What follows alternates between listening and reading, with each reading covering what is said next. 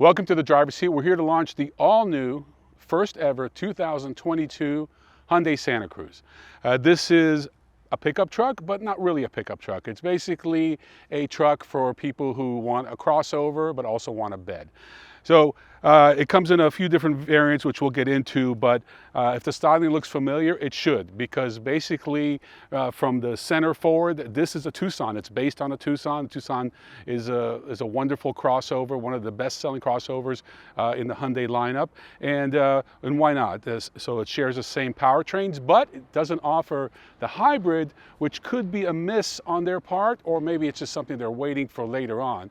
Even though Hyundai can't talk about future product plans, I expect to see a hybrid very shortly in this Santa Cruz. And that hybrid would add about $1,200 and give you an extra 10 miles to the gallon. And that is very significant at a time when fuel economy is on everyone's mind. So like I said, from here forward, it's basically a Tucson.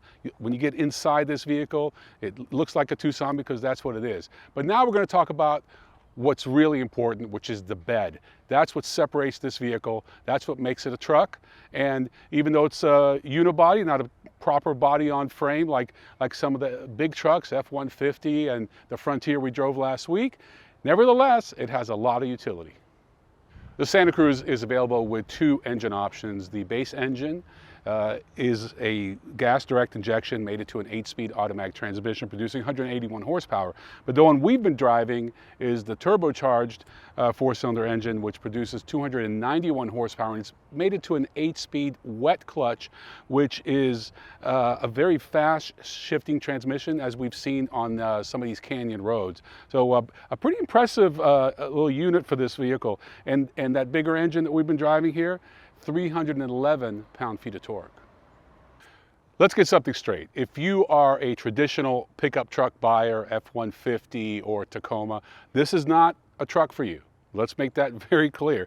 This is really a truck for people who like crossovers, but there are times when they don't want to put a 5-foot plant in the back of their crossover. You know what happens? It tips over, you get dirt everywhere. They don't want to put a filthy mountain bike or a wet, salty surfboard. And that's really what this vehicle is for. So the tailgate, as you can see, it's a soft opening tailgate, and this can also be opened with the key fob, which is a nice feature. You can see it's got all these little indentations here. You can put cup holders and whatnot. The tonneau cover is kind of a cool feature because on all other pickup trucks, if you want a tonneau cover, you're going to pay extra, and it's not going to be integrated the way this is.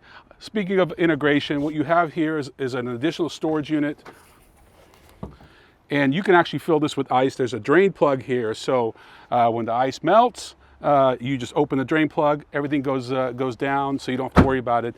And you've got all these little cubbies here. Both sides here, you have this extra storage, which is really nice. Tie downs, very useful. Because the bed is relatively short, you're going to have to get a little creative. Can you put a mountain bike in here? Well, no, but what you could do is get one of these soft covers, and you can hang the front wheel off of here, and then you can actually put 3 mountain bikes in here. So, you know, even though the bed is short, they have really made it useful. Again, think about a weekend warrior, somebody who wants to go to Home Depot and get a bunch of plants. Perfect. Think about somebody that has some kind of home improvement project, doesn't want the big truck, doesn't want something that's going to be so big they won't be able to fit it into their garage. That's really what this is about, and that's what the mindset you have to be in.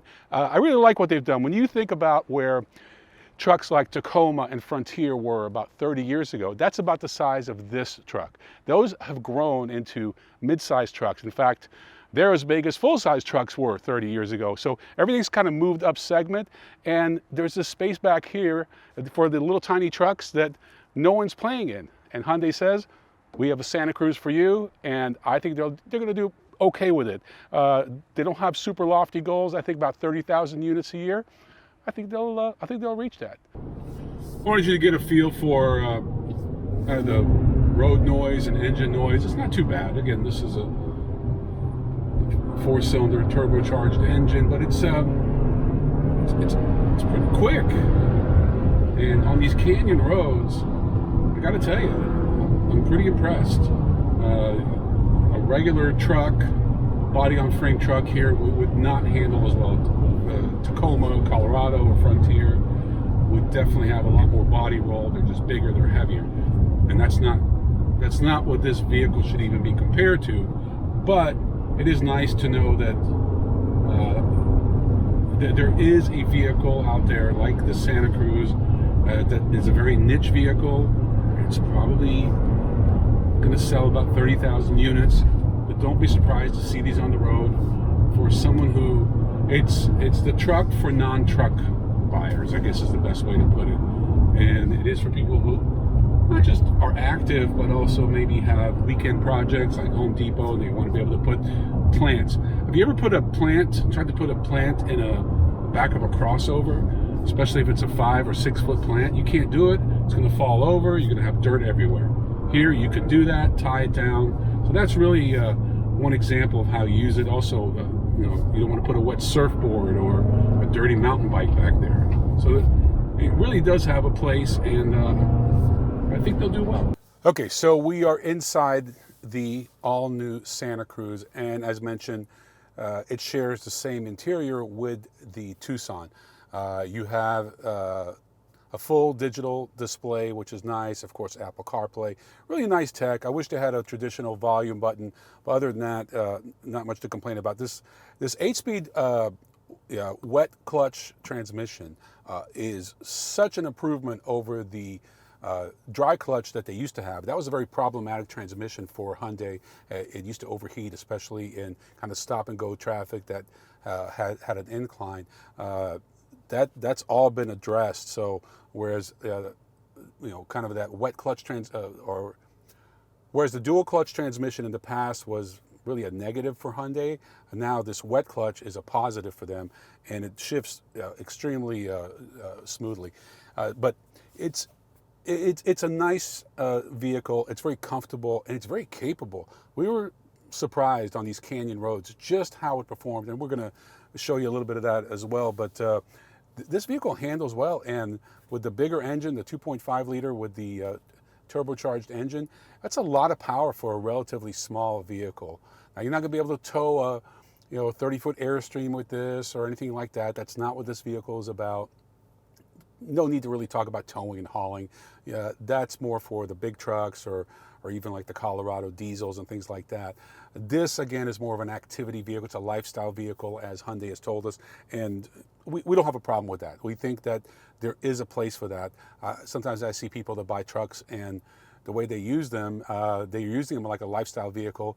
They just don't need all that size and power, but that's what's nice about this market, is you can have a truck for just about every kind of buyer.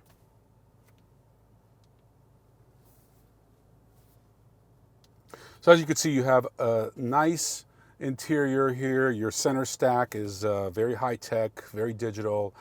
I like the shorter, kind of wider screen. I think about my 2020 Land Cruiser, which has this really kind of odd shaped screen. This is really more in line with where I think everything's headed, 16:9, kind of 25:9 aspect ratio versus some of the original infotainment screens. Push button start, paddle shifters, which a lot of trucks don't offer. But anyway, we'll take you for a little drive, and you can see what it's like. But really, they got all the right number of USB ports. You got wireless charging station. You have your different drive modes. This has the H-Track all-wheel drive system, which has been a really good system for Hyundai and Genesis. And like I said, we're going to take a little spin here back to the. I feel like Hyundai should have launched with the hybrid powertrain, considering that it really wouldn't add that much cost, but would give you so much more benefit and be a real game changer.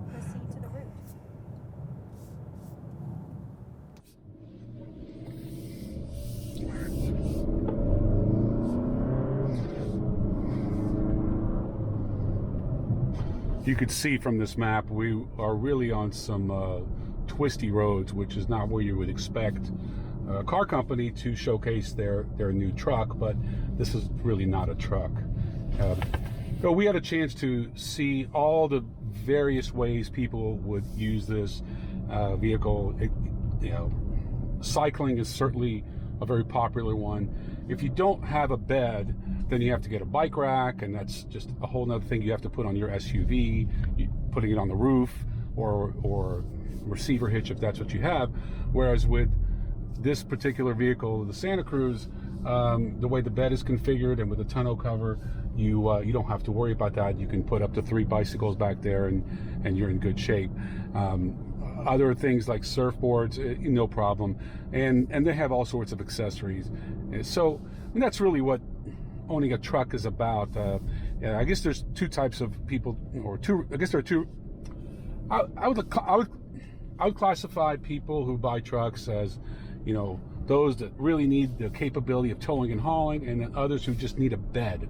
And for those who just need a bed and aren't going to be doing towing and hauling, a vehicle like the Santa Cruz is really ideal. It's easy to drive, it's easy to park. I do wish it got a little better fuel economy, but again, I think they could easily launch and do a mid-cycle refresh with a hybrid or a plug-in hybrid even, and down the road I could see this being an all-electric vehicle. They showed us their all-new Ioniq 5 today.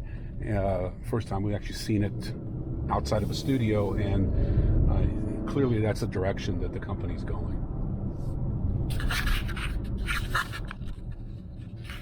Starting price on the all-new Santa Cruz is going to be around $23,000 for a front-wheel drive with the smaller engine. The loaded-out version that we're driving here is around $33,000, so that kind of gives you a range of where this at. Yes, there are other trucks coming on market like the Ford Maverick, but for right now, I think Santa Cruz is going to have a nice little niche where they can play in, and of course you get the Hyundai Reliability, 10 years, 100,000 mile warranty. I'm Ron Doran. Thanks for watching. We'll see you next time on The Driver's Seat.